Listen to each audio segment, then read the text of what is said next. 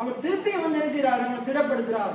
ஆண்டவர் நமக்கு பயமுள்ள ஆவியை கொடுக்கிறவர் அல்ல, பலமும் அன்பும் தெளிந்த புத்தியுள்ள ஆவியை கொடுக்கிறவரா இருக்கிறார்.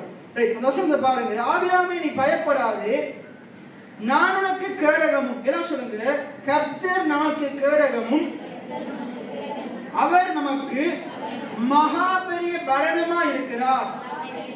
மகா பெரிய பலனுமா இருக்கிறார்.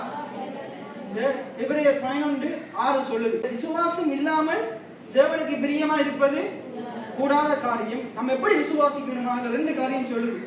தேவனிடத்தில் சேருகிறவன், இன்னைக்கு நீங்க தேவனிடத்துல வந்திருக்கிறீங்க, ஆண்டவரிடத்துல வந்திருக்கிறீங்க, ஆலயத்துக்கு வந்திருக்கிறீங்க. தேவனிடத்துல சேருகிறவன் அவர் எப்பயும் உங்களோடு இருக்கிறார் என்றும். எத்தனை பேர் ஆமீன் சொல்றீங்க? அவர் எப்பயும் உங்களோட கூட தான் இருக்கிறார். தேவன் நீங்க தேடுவீங்கன்னு அவரை சேர்ந்திருப்பீங்கன்னா அவர் உங்களை சேர்ந்திருப்பார், உங்களோடு இருப்பார், உங்களை கூட இருக்கிறார். தேவனை தேடுகிறவன் அவர் இருக்கிறார் என்றும், நம்மை நோக்கி கூப்பிடுறவர்களுக்கு பலன் உங்களோடு இருக்கிறாரு, சும்மா இல்ல, உங்களுக்கு பலன் அளிக்கிறார். ஆபிரகாமுக்கு ஆண்டவர் சொல்றாரு, பயப்படாது, நான் உன்னோட தான் இருக்கிறேன், நிச்சயமா நான் உனக்கு பலன் அளிப்பேன், நீ எதிர்பார்க்கிற பலனை நான் உனக்கு தருவேன். பைபிள் சொல்றது, நீங்கள் எதிர்பார்க்கும் முடிவை நான் உங்களுக்கு தரும்படி உங்கள் மேல் நான் வைத்திருக்கிற நினைவுகள் அறிஞ்சு கொள்ளுங்க. உங்களோட நினைவுகளை அவர் அறிஞ்சிருக்கிறாரு, நீங்க அவருடைய நினைவுகளை அறிஞ்சு கொள்ளுங்க.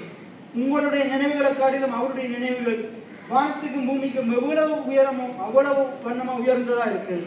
எத்தனை பேர் ஆமீன் சொல்றீங்க?